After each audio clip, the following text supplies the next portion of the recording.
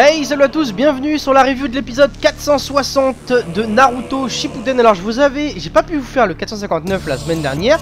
Je l'ai fait en milieu de semaine et je me suis fait avertir par TV Tokyo, tout ça. Donc bon, c'était un petit peu relou. Peu importe, je vous fais quand même le 460 là en espérant donc que ça, écoutez, que ça se passe bien. Donc le 460 est un flashback de l'histoire de Kaguya, voilà, puisque là on est dans une situation où Sasuke et Naruto affrontent Kaguya et ils ont été capturés entre guillemets. Le Kurosetsu raconte donc l'histoire de Kaguya, donc voilà, c'est un flashback cet épisode, un flashback franchement que j'ai trouvé plutôt intéressant, voilà, plutôt intéressant, donc on va en parler. On voit tout d'abord l'arbre, l'arbre que vous connaissez tous, hein, celui qui ouvre le Mugen Tsukiyomi, l'arbre divin, je vais l'appeler. Il a un nom Shinju, je crois. Il est tombé du ciel, voilà, et Kaguya de même est tombé du ciel. Donc vraiment, sa véritable origine pour l'instant, on la connaît pas, en tout cas en épisode, pour parler de ceux qui regardent donc les épisodes, on la connaît pas sa véritable origine.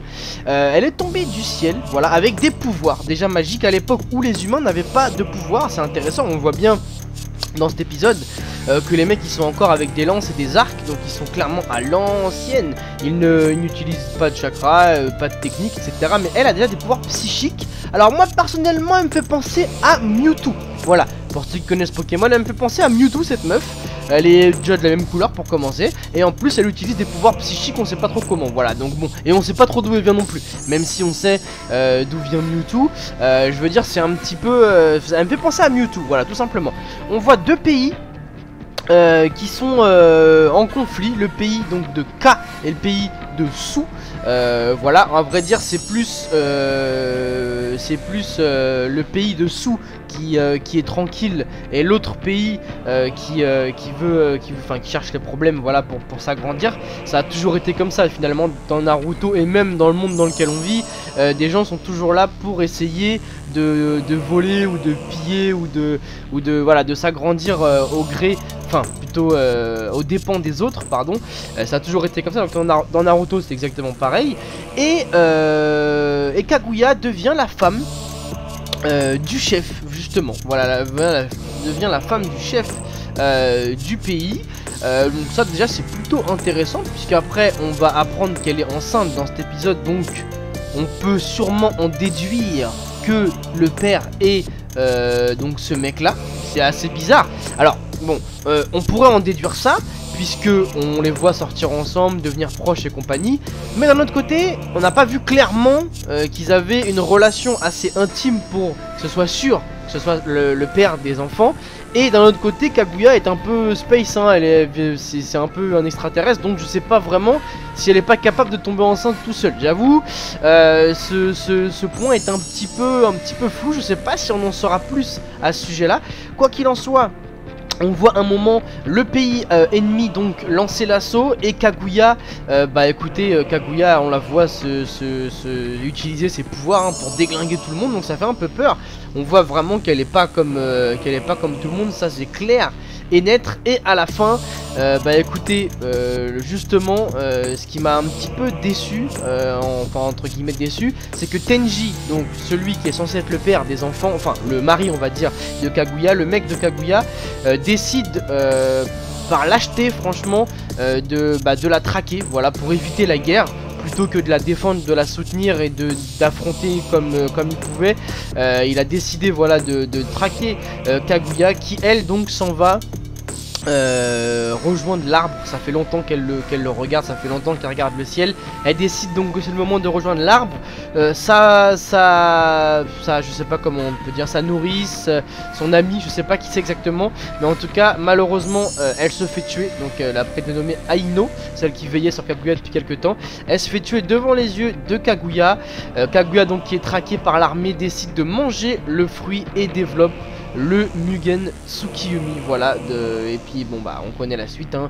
Tout le monde se fait absorber, elle devient donc un espèce de démon. Alors bon, de base je sais pas trop si c'en était pas déjà un, franchement. Quoi qu'il en soit, son physique change, le troisième œil s'ouvre, elle grandit aussi physiquement, et les cornes sur sa tête poussent aussi. Donc voilà, selon la rumeur qui disait que un démon habiterait la personne qui mangerait le fruit, et bah écoutez, c'est ce qui se passe. Et notre Kaguya devient la Kaguya qu'on connaît, et elle promet de régner sur ce monde avec ses enfants puisqu'elle est enceinte. Voilà, donc l'épisode était plutôt sympa, franchement j'ai trouvé plutôt intéressant.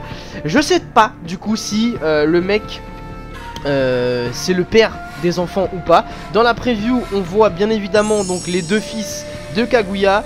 Ça aussi ça va être un épisode plutôt intéressant parce que c'est des persos finalement, la famille et le clan Otsutsuki, on les voit pas beaucoup, on les connaît pas vraiment, donc tout est bon à prendre je pense pour bien comprendre les histoires.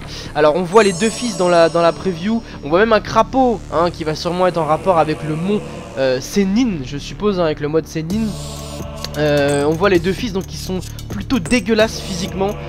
J'ai trouvé Kaguya, autant je la trouve charismatique, autant ces deux frères donc Hagoromo et Amura je crois qu'ils s'appellent, les deux je les trouve vraiment dégueulasses physiquement. Voilà, je vous le dis ça clair, net et précis.